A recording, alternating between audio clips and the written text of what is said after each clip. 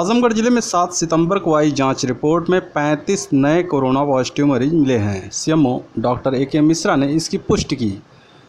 मुख्य चिकित्सा अधिकारी डॉक्टर ए.के. मिश्रा ने बताया कि पूर्व में प्रेषित सैंपल में से 35 व्यक्तियों की जांच रिपोर्ट पॉजिटिव प्राप्त हुई है।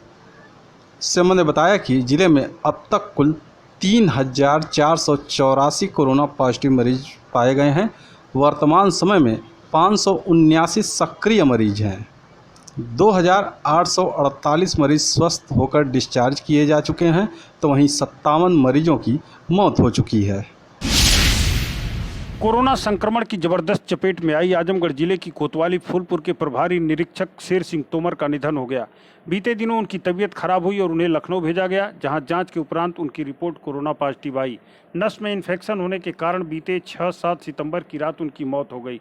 इस घटना से आजमगढ़ पुलिस महकमे में काफ़ी मातम का माहौल रहा। आपको बता दें कि जिले की फूलपुर कोतवाली कोरोना संक्रमण से बुरी तरह प्रभावित रही। 20-25 दिन पहले कोतवाली में 11 लोग संक्रमित मिले थे। घटना पर दुख व्यक्त करते हुए आजमगढ़ के एसपी सुधीर कुमार सिंह ने पूरे परिवार के प्रति अपनी गहरी संवेदना व्यक्त की है। श्री सिंह ने शेर सिंह तोमर को कोरोना योद्धा बताया और सभी पुलिसकर्मियों से अपील किया कि कोरोना जैसे संक्रमण से निजात पाने के लिए बचाव ही एकमात्र रास्ता है। इसलिए ऐसी खतरनाक बीमारी से लड़ने के लिए मास्क एवं सैनिटाइजर का प्रयोग करें। दिन में कई बार साबुन से हाथ धोएं तथा सोशल डिस्टेंसिंग का पालन जरूर करें।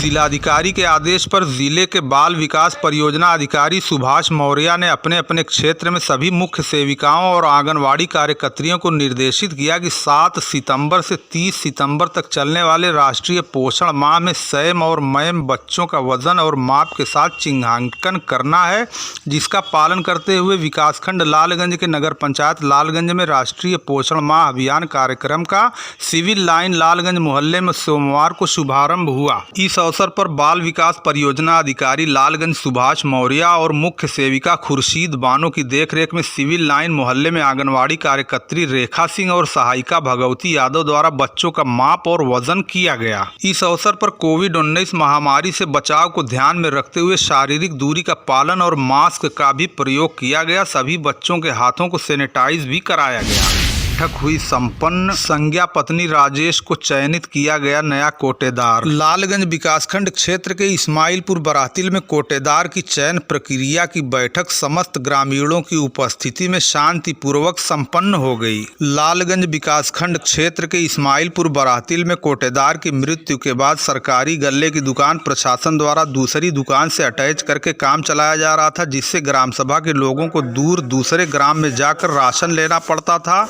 कई बार कोटेदार के चयन की प्रक्रिया की बैठक हुई, लेकिन बेनतीजा रही। आज सोमवार को एक बार फिर सभी ग्रामवासियों की उपस्थिति में चयन प्रक्रिया की बैठक हुई, जिसमें सभी की सर्वसम्मति से सरकारी गल्ले की दुकान के लिए संज्ञा पत्नी राजेश को चयनित किया गया। इस चयन प्रक्रिया की बैठक में एडीओ पंचायत अधिकारी ओम प्रकाश सिंह के साथ सेक्रेटरी शिवशंकर सिंह, सहायक विकासखंड अधिकारी मिठाई लाल, ग्राम प्रधान मंजू देवी के साथ प्रधान पति विजयानंद आदि उपस्थित रहे। लालगंज तहसील क्षेत्र के रामपुर बढ़ौना गांव में बीती रात चोरों ने बाइक का लॉक न खुलने के बाद एक बकरा और एक बकरी चुरा लिया और फरार हो गए। आपको बता दें कि लालगंज तहसील क्षेत्र के राजकुमार कन्नौजिया पुत्र शंकर कन्नौजिया परिवार के साथ गांव के बाहर शंकर जी मंदिर के पास घर बनाकर रहता है।